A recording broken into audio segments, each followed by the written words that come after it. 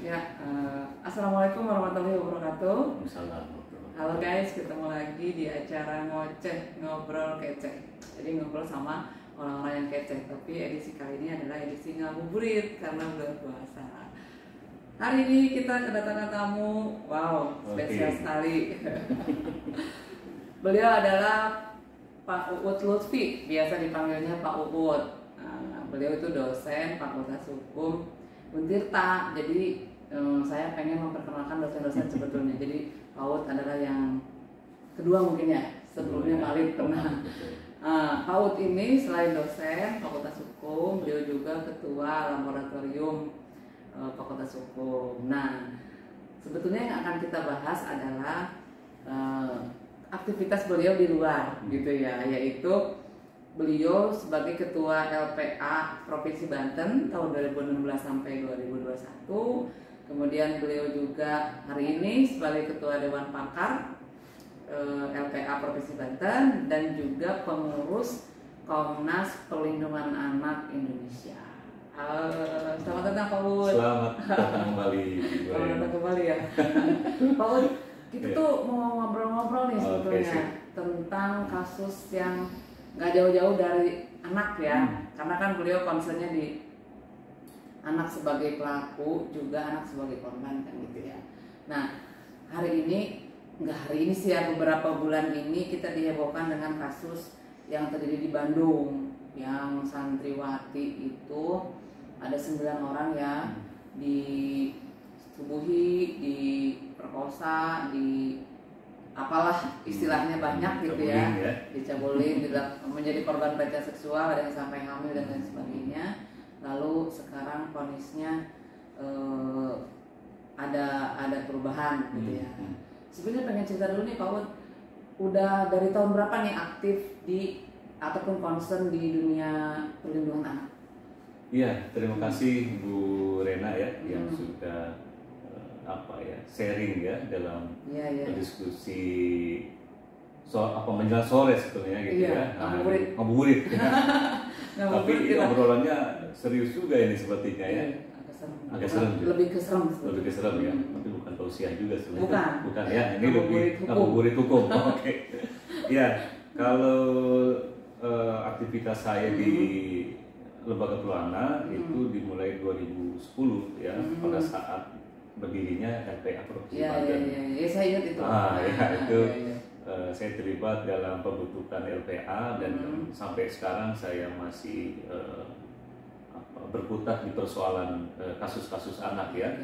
Nah, tidak hanya di Provinsi Banten tapi juga di tingkat nasional tadi ya. Jadi memang kasus anak semakin tahun ini semakin meningkat dan bahkan kalau dari aspek kekerasan seksual itu mendominasi, hampir di atas 50%.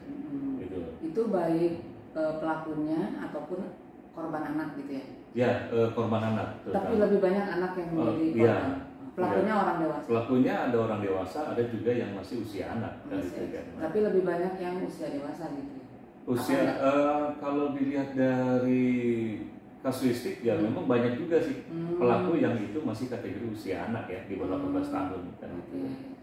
Nah, Pak Uut, untuk kasus yang sekarang lagi heboh nih ya, viral banget nih, gimana tuh pendapatnya Pak Uut itu melihat dari sisi perlindungan anaknya gitu ya? Karena kan mereka santri ya, maksudnya ada relasi kuasa nih di sini antara santri dengan gurunya. Itu sebetulnya pada tataran empiris prakteknya itu yang sudah dilakukan oleh Pak Uut selama ini dalam pendampingan kasus-kasus anak itu kayak gimana sih sebetulnya? Iya, banyaknya korban ya anak ini tidak terlepas juga memang bagaimana peran atau fungsi keluarga ya ketika memberikan pendidikan seks sejak dini, artinya sex education, bagaimana mengenalkan misalkan organ tubuh ya, mana yang boleh disentuh, mana yang tidak boleh disentuh ya, ini juga sangat penting ya, sehingga termasuk oleh gurunya ya, termasuk oleh gurunya kan seperti itu, karena kasus-kasus anak ini korban kejahatan seksual itu ada juga yang dilakukan oleh ayah kandung ya di dalam rumah ya, ini berarti kan sangat minimnya pendidikan seks sejak dini yang itu dilakukan oleh orang tua ya. Tadi menggunakan organ tubuh, bagaimana ketika ada orang yang menyentuh organ tubuhnya, apa yang harus dilakukan, dan dia harus melawan, dia harus berani cerita, kan seperti itu. Nah ini sangat penting di dalam lingkungan keluarga seperti itu. Jadi pendidikan seks itu bukan hanya sekedar reproduksi ya? Iya, betul. Tetapi ketika kita disentuh oleh siapa, nah itu yang harus kita tahu gitu ya. Betul. Ada batasan gitu ya. Siapa yang boleh meluk, siapa yang boleh cium, bagian tubuh mana yang boleh dipegang oleh orang lain selain ibunya gitu. Betul. Nah ini yang karena kasus kejahatan seksual ini korbannya kan ada juga yang itu balita ya, di bawah 5 tahun, bawah 3 tahun kan seperti ini. Berarti kan ketidaktahuan mereka terkait dengan organ tubuh tadi, mana yang harus dijaga, mana yang boleh disentuh oleh orang lain misalkan seperti itu kan. Nah itu sangat penting. Namun korban yang misalkan usia remaja ini, ketika saya bertanya ya, mengintegrasi lah beberapa korban yang SMP, SMA ya kan, yang masa-masa puber seperti itu, dan mereka punya hubungan misalkan khusus dengan gurunya atau dengan usia dewasa, itu kebanyakan mereka hilangnya sosok figur seorang ayah kebanyakan. Kan itu. Jadi serasa menemukan. Nah, mereka menemukan figur itu ada di gurunya misalkan, ada di orang dewasa, baik itu kenyamanan ya, baik itu kasih sayang. Nah, inilah yang akhirnya mereka merasa di situ menemukan titik kenyamanan. Jadi membiarkan perlakuan-perlakuan tidak senonoh itu bermula gitu. Nah, itulah akhirnya dengan kenyamanan si anak ini ya, karena dia menemukan figur seorang ayah tadi di orang dewasa ya, di pelaku tadi, itulah yang dimanfaatkan oleh dalam tanda petik predator anak ya kan, untuk melakukan modus-modusnya itu. Nah akhirnya si anak ini tidak berdaya dengan entah misalkan bujuk rayu, entah itu diiming-imingi sesuatu ya kan. Nah ini kebanyakan memang seperti itu ketika usia-usia remaja menjadi korban kejahatan seksual orang dewasa. Ya. Dalam kasus yang di Bandung ini ya, saya dengar katanya bahkan si gurunya ini cuci otak gitu, karena kan sekolahnya kalau nggak salah nih ya, sekolahnya gratis, terus di sana ada fasilitas apa, jadi seolah-olah bukan suatu hal yang nggak boleh gitu, kayak apa ya, kayak pamrih gitu. Itu gimana tuh? Ada di kasus lain apakah ini juga terjadi nggak sih? Ya kalau misalnya guru kasih nilai gitu, kamu ngasih apa ke saya ngasih nilai, kayak gitu nggak sih gitu dalam kasus ini atau gimana? Ya memang kebanyakan ya ketika pelakunya itu oknum guru misalkan atau di lingkungan pendidikan, di antaranya ada yang itu ancamannya nilai atau membujuk tadi misalkan kalau kamu merelakan misalkan ya melampiaskan daripada keinginan dari si pelaku, mengikuti keinginan si pelaku itu sangat mudah sekali ya, termasuk tadi ada figur gitu loh. Nah yang disegani ya kan oleh si anak terhadap guru atau misalnya pimpinan lembaga pendidikan ya, sehingga dia tidak berdaya untuk menolak apa yang diinginkan oleh si pelaku tadi itu kan seperti itu. Nah dari pengalaman Pak Uut ya, dalam mendampingi korban anak gitu, itu mereka dampak terhadap diri mereka itu apa aja sih Pak Uut? Ada nggak sih yang pernah cerita jadi traumanya apa gitu, atau ngelihat apa jadi takut gitu? Ada nggak sih di kasus-kasus yang udah selama ini didampingi? Ya, pasti akan menimbulkan traumatik ya terhadap korban ya, sehingga anak ini merasa dia ketakutan, dia juga mengurung diri, tidak mau bersosialisasi, apalagi dengan yang itu laki-laki misalnya seperti karena dia korban laki-laki kan gitu kan, si pelakunya laki-laki. Bahkan ada juga yang karena waktu awalnya dia diiming-imingi, waktu itu ada ya hanya dikasih buah mangga lah. Ya kan awalnya kan si anak ini untuk melakukan itu kekerasan seksual tadi, sehingga ada anak ketika dia lihat buah mangga itu dia merasa takut karena ingat ketika waktu itu ini kasih mangga. Kasih mangga gitu. Ya, Ada seperti itu. Nah, juga ya. Iya. Iya. Nah, jadi bahkan hal-hal yang sentimental jadinya yang kecil itu. Betul. Jadi dampaknya luar biasa ya, traumatiknya itu tadi terhadap korban. Nah, dalam gini, selama Pak Uut melakukan pendampingan itu yang dibutuhkan oleh anak korban itu apa sih sebetulnya? Nah, ini saya kira menarik ya. Kembali lagi bahwa tanggung jawab daripada negara ya, dalam hal ini baik pemerintah pusat termasuk juga pemerintah daerah kan. Karena kasus kejahatan seksual ini kebanyakan pelaku dengan korban itu sudah saling kenal, gitu kebanyakan atau tetangga misalkan. Beda dengan pemerkosaan ya. Pemerkosaan kan biasanya di jalan, gitu. Orang asing misalnya. Kan orang yang sudah dikenal dekat baik oleh korban maupun juga oleh keluarga korban, baik itu tetangga dan seterusnya tadi. Karena tadi nyaman dulu ya. Nah, kan itu kan. Percaya dulu. Percaya tidak satu kali dia bertemu interaksi kan, tapi berulang kali kan untuk komunikasi sehingga terjadi dari kasus kejahatan. Nah, ketika terjadi kasus kejahatan seksual, nah ini akhirnya menimbulkan kekhawatiran baik korban ataupun orang tua ya, ketika misalkan proses hukum yang dianggap oleh masyarakat itu misalkan lama sih, yang diduga pelakunya belum ditahan misalnya, padahal itu tetangganya ya kan. Nah, seharusnya ini memang pusat rehabilitasi untuk anak ya atau rumah aman itu betul-betul harus difungsikan. Jadi ketika misalkan korban ini tidak merasa aman dan nyaman di tempat tinggalnya karena pelakunya dia butuh bahkan tempat sementara, iya kan, sementara, termasuk juga harus mendapatkan layanan psikologis kan, layanan psikologis, layanan medis ya kan. Nah, sekalipun ada memang di provinsi Banten ataupun kabupaten kota, ini masih belum banyak gitu. Sedangkan kasus kejahatan seksual terhadap anak kan setiap tahun mereka semakin meningkat kan gitu kan. Nah ini Bu, saya kira perlu dimaksimalkan. Udah ada belum sih? Ketika Pak dampingin apa gitu kemana itu dia butuh rumah aman tuh ada nggak sih? Ya ada di provinsi Banten ini kan di bawah dinas sosial ya, betul kan, entah itu lembaga lembaga penyelenggaraan kesejahteraan sosial (LPKS) ya kan.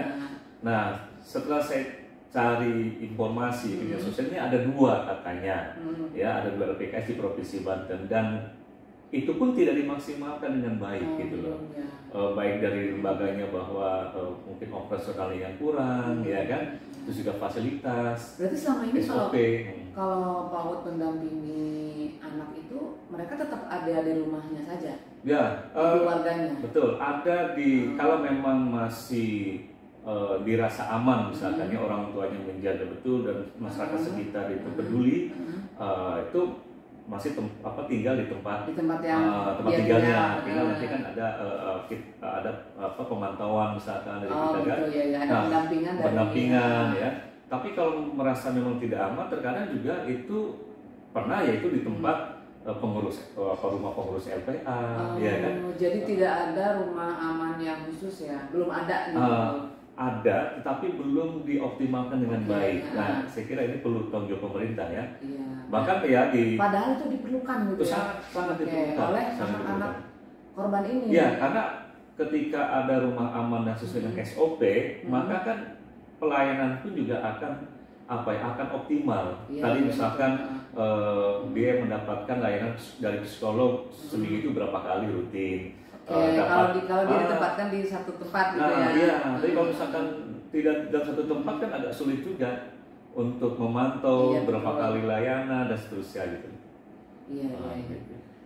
Nah, untuk kasus yang sekarang ini itu kan sudah divonis ya, ada vonis restitusi untuk si anak korban. Nah, selama ini dalam prakteknya terkait pemberian restitusi itu pernah ada nggak sih? Nah ini menarik sebenarnya.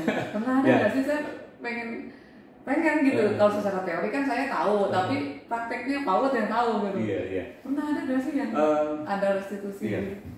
Restitusi itu kan salah satu hak ya yang diterima oleh korban ya. Korban kekerasan terhadap anak itu amanah Undang-Undang Perlindungan Anak, bahkan PP-nya kan udah keluar PP nomor 43 tahun 2017. Dan itu khusus untuk anak korban kekerasan seksual. tidak hanya kekerasan seksual, apa ya? kekerasan anak saja. Kekerasan anak. Jadi di antaranya ada kekerasan. Yang anak korban. Anak korban. Yang anaknya menjadi korban. Yang korbannya anak lebih betul sih. Jadi kalau masuk anak korban gitu, anak korban. Gitu ya. Nah, itu baik kekerasan fisik, kekerasan seksual, termasuk kekerasan psikis itu mendapatkan hak restitusi atau ganti kerugian dari si terdakwa kan seperti pelaku lah kan gitu ya. Nah, persoalannya ini memang agak rumit karena yang menentukan itu LPSK.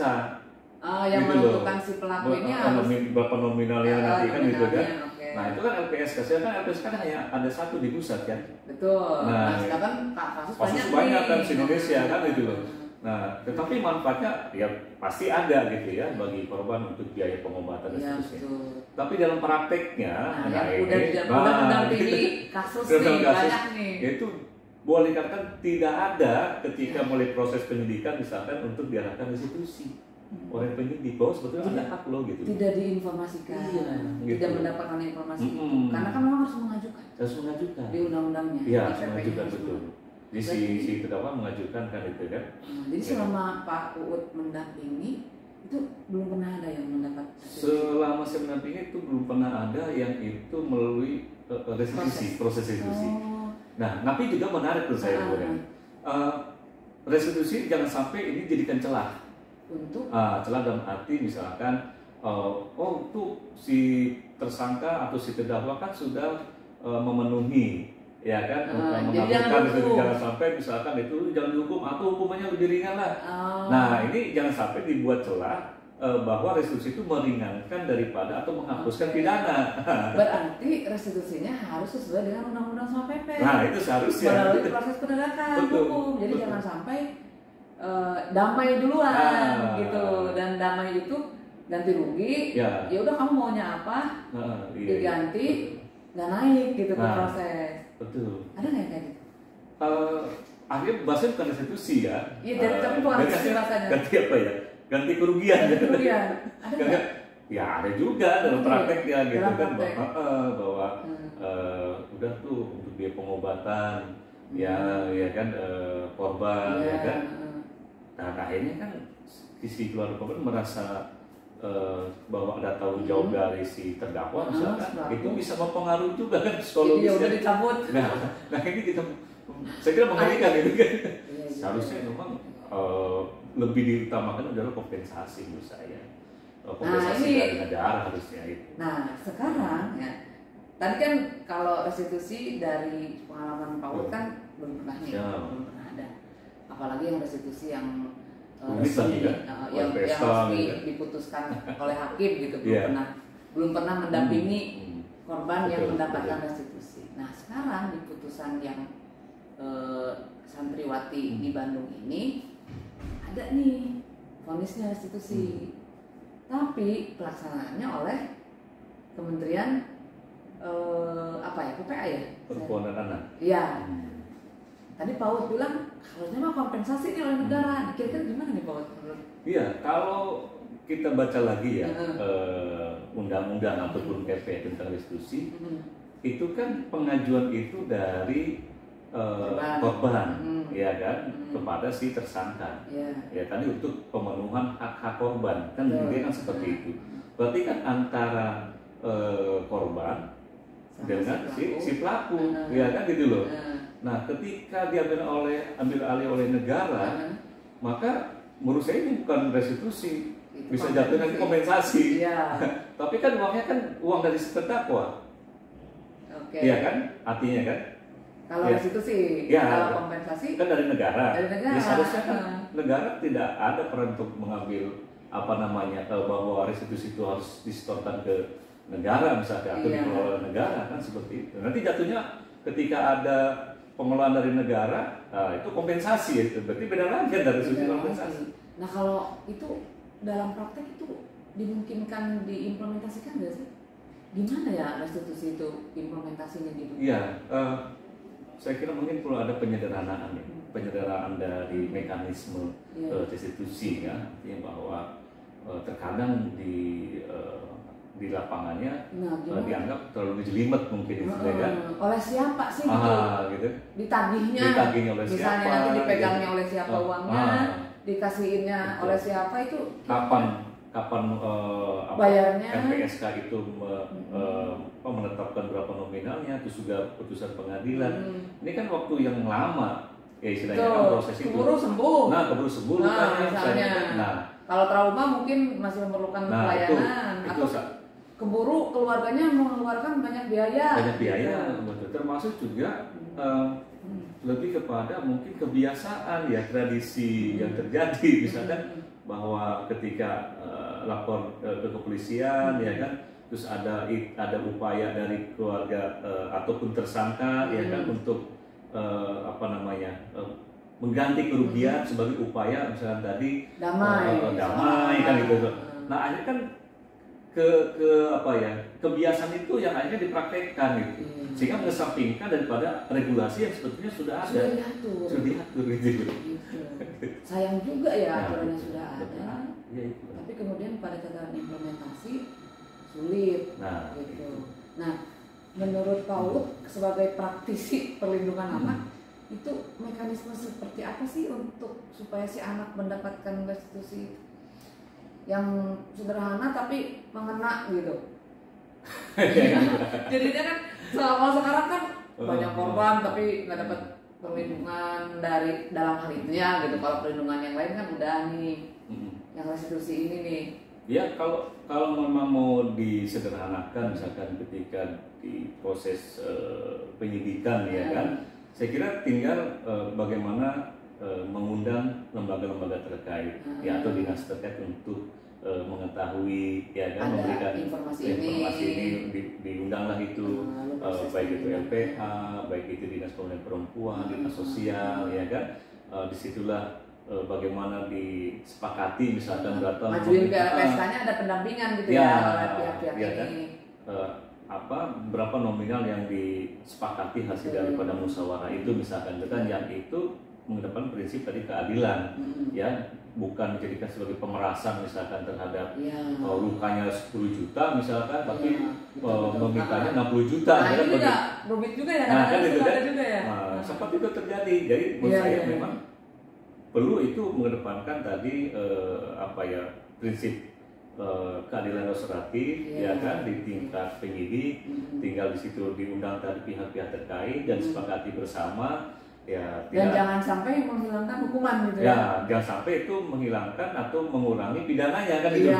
Gitu. Jadi mentang-mentang udah dikasih ganti rugi di awal di proses penyidikan, ya jangan sampai dididik dasar gitu kan. Merasa nggak perlu lagi nih gitu ke proses penegakan hukum, karena itu tetap juga diperlukan gitu ya, supaya si korban ini juga mendapatkan keadilan secara hukum juga. Iya. Harapan seperti itu. Iya. Terakhir nih Pak Uut, terakhir karena udah 23 menit. Terakhir, menurut Pak Uut ya, kasus yang siapa ya namanya pelakunya tuh? Heri ya. Kasus Heri ini tuh, ini kasus tersadis apa termengerikan nggak sih? Dan selama Pak Uut mendampingi atau enggak? Atau ada yang lebih ini tapi nggak viral gitu? Karena kan Pak Uut kan mendampinginya udah bertahun-tahun nih. Iya. Kalau kasus kejahatan seksual ya di lingkungan lembaga pendidikan yang keagamaan ya, baik itu misalkan pesantren ya atau boarding, sebetulnya kan ini bukan kasus yang pertama ya, termasuk di Provinsi Banten ya. Terjadi juga kasus-kasus yang korbannya lebih dari satu, ya kan, santriwati, ya kan, seperti itu. Tapi memang kasus-kasus terdahulu kan belum ada perubahan kedua undang-undang pelayanan gitu kan. Belum ada PP juga. Belum ada PP-nya ya kan, tentang hukuman mati kebiri dan itu masih itu menggunakan Undang-Undang Nomor 23 tahun 2002 seperti itu. Tapi kasusnya sempat terjadi kan itu yang sama lah seperti ini. Nah, adapun setelah pasca berlakunya PP ini sebetulnya ada juga di lingkungan pesantren ya atau lembaga pendidikan yang korbannya lebih dari satu kan seperti itu. Nah, tapi di sepengetahuan saya di Indonesia ya itu memang belum ada vonisnya sampai hukuman mati. kan seperti baru inilah. Baru ini ya. Itu pun juga ini kan banding kan. Ya. Awalnya PN kan seumur hidup, banding diperberat menjadi hukuman mati kan seperti itu. Dan baru ini ada restitusi juga. Dan baru ini ada restitusi juga, ya sepengetahuan saya gitu kan. Walaupun restitusinya diserahkan kepada kementerian apa gitu kalau saya lupa. Jadi bukan oleh si pelaku kalau nggak salah. Bukan oleh si pelaku, tapi negara yang. Iya, kementerian apa? Tapi saya tidak tahu juga maksudnya itu seperti apa ya. Jadi negara yang memberikan apa namanya pemenuhan hak untuk biaya pengobatan segala macam. Sepertinya begitu ya. Oh, itu berarti kompensasi. Iya, makanya jadi putusannya. Jadi kalau PT saya lupa. Kalau PT ponis ini kan berapa 331 juta sekian lah. Itu restitusi juga? Iya. Include di dalamnya restitusi. Jadi selain hukuman mati, tapi juga hakim untuk membayar restitusi 331 juta sekian. Oke, ini berarti ini bisa jadi salah satu contoh kasus yang memang mengikuti perkembangan hukum. Nah, iya ini sudah tepat kalau seandainya misalkan si terpidana ya kan yang itu membayar ganti kerugian. Iya. Kalau memang si terpidana harus bayar gitu ya. Kepada korban kan seperti itu. Nah, sebetulnya apa sih ini terkait banget nih? Yang ingin apa ya? Maksudnya gini, dalam pengalaman selama mendampingi korban, gitu, anak kekerasan seksual, anak korban kekerasan seksual, itu apa sih yang paling dibutuhkan? Apakah betul restitusi atau apa sih yang paling dibutuhkan gitu, oleh si korban itu? Iya, yang sangat dibutuhkan itu pertama tentu adalah tadi mendapatkan layanan psikologis yang kontinu, ya kan? Berarti itu oleh negara nih ya? Ya, oleh negara. Karena kan si pelaku pasti nggak bisa kan? Betul. Memberikan layanan psikologis. Ya, jadi bagaimana negara memberikan layanan psikologis terhadap korban tadi yang kontinu, ya kan? Termasuk juga bagaimana lingkungan sekitar juga itu saya kira sangat penting, ya karena stigmatisasi terhadap korban kejahatan seksual juga masyarakat masih memandang bahwa ini adalah aib masyarakat. Betul. Ya kan? Terkadang ada keluarganya yang dikucilkan misalkan yang harus diasingkan. Anaknya yang jadi korban, ibu bapaknya juga dikucilkan. Bahkan misalkan kalau terjadi di lingkungan sekolah bagaimana anak ini dipindahkan dari sekolahnya padahal anak ini sebagai korban. Ini masih banyak masyarakat belum begitu aware terhadap korban kan seperti ini. Nah, ini juga jadi yang harus melindungi korban itu bukan hanya negara, tapi masyarakat juga. Termasuk masyarakat tadi, bagaimana menciptakan lingkungan masyarakat yang peduli, yang ramah terhadap anak tadi. Kamu nggak sendirian gitu ya? Ya, kamu nggak sendirian. Anakmu, anak kita gitu. Jadi semua ada saya, ada kakak, ada kakek, ada betul, tetangga kan seperti itu. Itu saya kira pemulihan daripada psikologis anak sangat penting ya bagi korban tadi seperti itu. Berarti selain restitusi juga mungkin bisa saja ke depan vonis hakim itu harus memberikan layanan psikososial. Ya.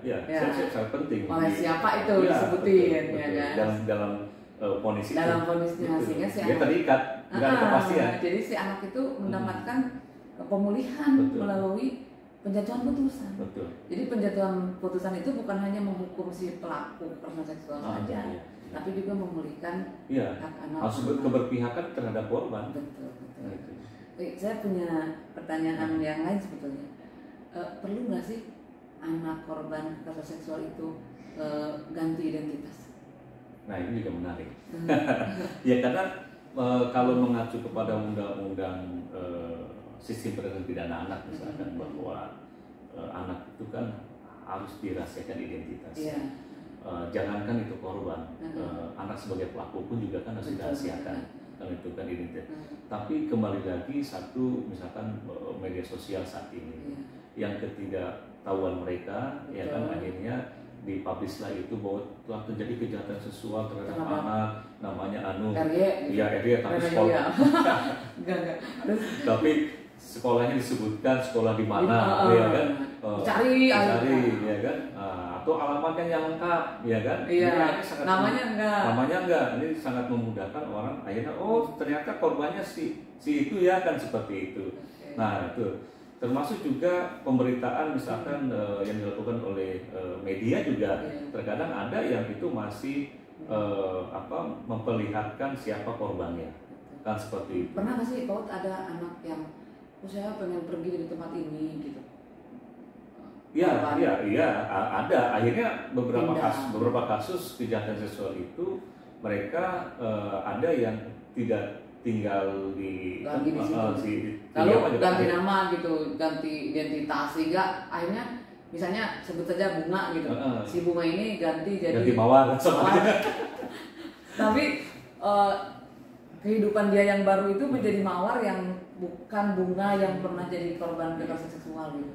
Kalau selama ini yang saya dampingi memang belum ya. Tapi saya nggak tahu apakah setelah itu bisa selesai perkara orang tua yang mengganti nama, ya saya nggak tahu ya. Tapi selama ini saya belum melihat itu. Tapi kalau misalkan mereka akhirnya keluar dari tempat tinggal, ya kan, berkehidupan yang baru, ya, berkehidupan baru, bahkan termasuk keluarganya, tidak hanya si anak dia pindah ke tempat yang lain, memang ada beberapa kasus seperti itu. Ada yang udah sampai pindah. Kayaknya kalau ditambah dengan ganti identitas itu kan ada hak juga tuh, dan korban. Ya itu mungkin bisa juga bisa ya. jadi kehidupan yang baru, tapi walaupun itu tidak semudah yang dibayangkan. Karena kan untuk ini ya. Nah itu dia, ganti akte, ganti apa segala macamnya kan. Identitas anak itu sendiri kan. Betul. Nanti orang tuanya siapa? Orang gimana itu? Repot lagi kan itu. Repot lagi, lebih banyak lagi sebagai terlibat. Iya. Pak Ut, menarik sekali nih ngobrol-ngobrol hari ini. Makasih udah mau diajak ngobrol. Ya, sama-sama. Terakhir, silakan Pak Ut mau ngomong apa deh terkait dengan fenomena kekerasan seksual ini gitu. Iya. Sebagai apa nih? Sebagai pengurus Komnas Perlindungan Anak Indonesia atau sebagai Pak Ut sendiri, silakan. Ngomong apa ya? Ngomong apa? Ya, satu saya mengapresiasi ya putusan dari Pengadilan Tinggi Bandung ya yang menjatuhkan vonis hukuman mati bagi pelaku kejahatan seksual. Semoga ini menjadi acuan ya bagi pengadilan yang lain di Indonesia, karena kasus kejahatan seperti ini tidak hanya terjadi di Bandung tapi juga di daerah-daerah yang lain, sehingga menimbulkan efek jerah kan seperti itu. Terus yang kedua, saya kira ini bicara tentang kekerasan terhadap anak ya, tadi kembali lagi bahwa anak adalah tanggung jawab kita bersama, kan itu kan ada istilah bahwa anakmu ya anak kita. Maka ketika ada kasus kekerasan terhadap anak, bahwa itu bukan hanya persoalan tanggung jawab orang tuanya, tapi tanggung jawab masyarakat. Maka ada 2P katanya gitu. Masyarakat harus memposisikan sebagai pelopor dan pelapor. Pelopor dan pelapor. Jadi masyarakat punya peran untuk melaporkan kasus-kasus kekerasan terhadap anak. Terjadi di lingkungannya. Ya, ini kan kasusnya kan delik biasa, bukan delik aduan. Jadi jangan, kalau urusan saya jangan gitu kan. Yang kedua itu adalah pelopor, bagaimana mempelopori, menciptakan lingkungan yang ramah anak, lingkungan yang anti kekerasan terhadap anak. Itu perlu peran serta masyarakat tadi untuk menciptakan suasana yang ramah terhadap anak. Oke, terima kasih banyak. Sama-sama. Pak Ut udah mau mampir di channel saya. Sukses selalu channelnya. Amin. Dan banyak yang komen yang menyimak. Ya, ini kan informasi buat teman-teman semua. Siapa tahu sambil ngabuburit ya kan, selain sambil makan kolak dan ngopi, enggak ya. Tapi bisa dengerin channel YouTube saya. Oke, sampai ketemu lagi teman-teman semuanya ya. Selamat berpuasa. Assalamualaikum warahmatullahi wabarakatuh.